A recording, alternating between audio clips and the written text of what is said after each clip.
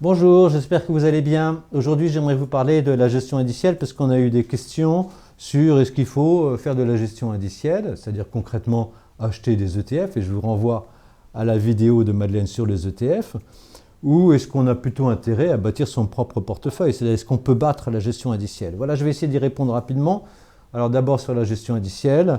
Elle s'est beaucoup développée à partir des années 70 avec les travaux d'un monsieur qui s'appelait Markowitz sur la théorie moderne du portefeuille. Bon, alors quelle est l'idée sous-jacente? C'est que le marché est efficient et que toute nouvelle information est immédiatement intégrée dans le prix des actifs financiers et que donc par conséquent c'est très dur de battre le marché. Concrètement, il est vain d'essayer de le battre et ceux qui y réussissent sont des anomalies statistiques. Voilà. Alors, chez Hibou, nous pensons deux choses. Alors, la première, c'est que c'est très bien les ETF. La gestion indicielle, c'est très bien parce que, comme Madeleine vous l'avait dit, il y a très peu de frais. Parce qu'on ne paie pas beaucoup de frais de courtage, on ne paie pas beaucoup de frais d'analyse, on ne paie pas une équipe de gérants. Et donc, on a des frais qui sont de 0,30, 0,40%, contre souvent plutôt autour de 1,5% sur un fonds de gestion active. Voilà. Alors déjà, là, on gagne un point, c'est considérable. Et puis, faire les marchés, c'est bien, parce que les marchés, vous savez, si vous regardez sur la longue route, ils progressent dividendes réinvestis, suivant le niveau d'inflation, entre 8 et 10% par an. Donc pourvu que vous soyez un investisseur à long terme, vous achetez un ETF, vous allez gagner 8 à 10% par an, si les choses se passent comme elles se sont toujours passées depuis 150 ans. Bon, vous avez une assez bonne probabilité que ce soit le cas. Donc c'est bien, et d'ailleurs, Warren Buffett a conseillé à sa famille, le jour où il décéderait, de prendre des indiciels.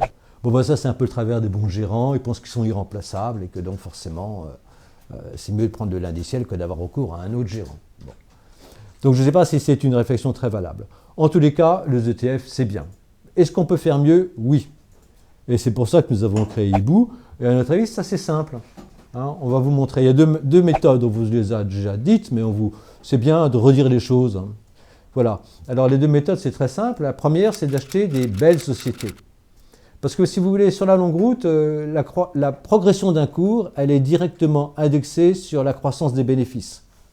Si vous imaginez que la valorisation d'une société soit stable dans le temps, par exemple une société est à 10 ou 20 fois les bénéfices, eh ben, si elle reste à ce niveau de valorisation, et si le bénéfice progresse de 10% par an, votre société va croître de 10% par an.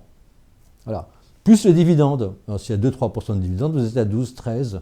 Et si vous êtes à 12-13, vous avez battu les indices. Voilà, c'est assez simple. Et alors évidemment, la croissance des bénéfices, elle est directement en fonction de la rentabilité des fonds propres d'une société.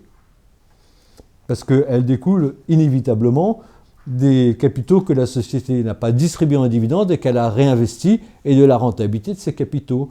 Donc plus la rentabilité de ces capitaux, c'est-à-dire des fonds propres, est élevée, plus votre bénéfice augmente.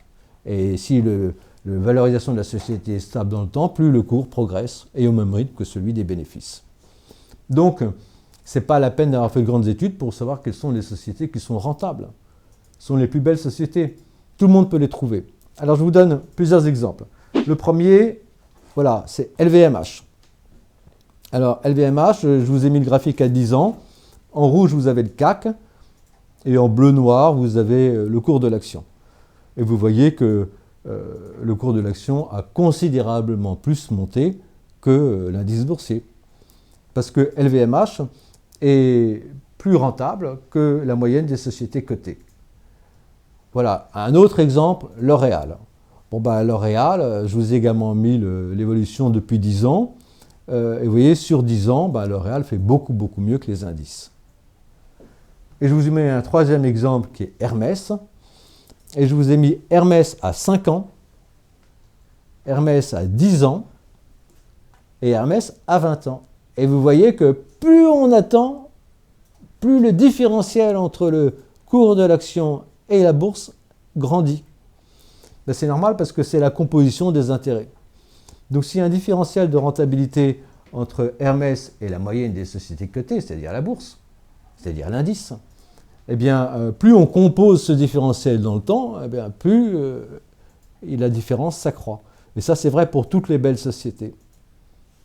Donc la première conclusion, c'est si vous achetez une société qui a des avantages concurrentiels durables, qui est rentable, plus rentable que les autres, eh bien plus vous garderez votre investissement longtemps, plus vous ferez une différence par rapport aux ETF et aux indiciels.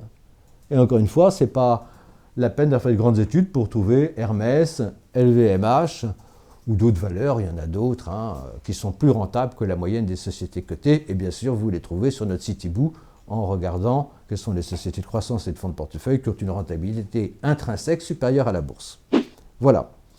Alors, il y a une deuxième méthode, un peu plus chouque, mais très amusante, qui consiste à acheter des sociétés qui sont très décotées, en se disant elles vont rattraper leur décote, ce qu'on appelle le retour à la moyenne. Alors, quelques exemples. Ici, je vous ai mis Peugeot. Voilà le cours de Peugeot pendant 4 ans. Vous voyez, il a fait beaucoup mieux que l'indice. Voilà. Parce que Peugeot, à un moment donné, a été très décoté, les gens n'en voulaient plus. Et puis, elle est revenue à un cours qui reste décoté, mais un peu moins, et donc ça a suffi pour faire une grande différence par rapport aux indices boursiers. Je vous donne un autre exemple de ce type de société, c'est Veolia. Là, j'ai isolé Veolia en 2015. Voilà, sur un an, Veolia a fait plus de 60%, l'indice a fait quasiment zéro. Vous voyez, c'est une énorme différence. Donc, ça veut dire, si vous voulez, qu'avec ces sociétés très décotées, on peut probablement aller plus vite. Le différentiel est plus important parce que, vous voyez, souvent, que c'est du LVMH ou si vous achetez de l'Hermès, eh bien, vous allez avoir des progressions qui vont être, je ne sais pas, 4-5% de plus que la bourse en moyenne. Tandis qu'avec une action qu'on appelle value, très décotée, vous pouvez faire 50% quand la bourse fait zéro. Donc c'est un plus grand différentiel, mais en revanche, vous ne pouvez pas le composer dans le temps parce que la rentabilité intrinsèque n'est pas supérieure à celle de la moyenne des sociétés cotées. Et c'est pour ça que je vous ai mis ici le graphique de Veolia, alors non pas sur un an, mais sur 5 ans. Vous voyez, c'est erratique, il y a des moments où ça fait mieux, des moments où ça fait moins bien. Donc il y a une notion de timing. Mais enfin, avec ces deux méthodes, en jouant un petit peu des deux, eh bien, normalement, vous pouvez assez facilement battre les indices et vous pouvez vous appuyer bien sûr sur nos études pour le faire. Alors voilà, c'est à votre portée. N'hésitez pas à aller de l'avant et à bientôt avec l'équipe Hibou.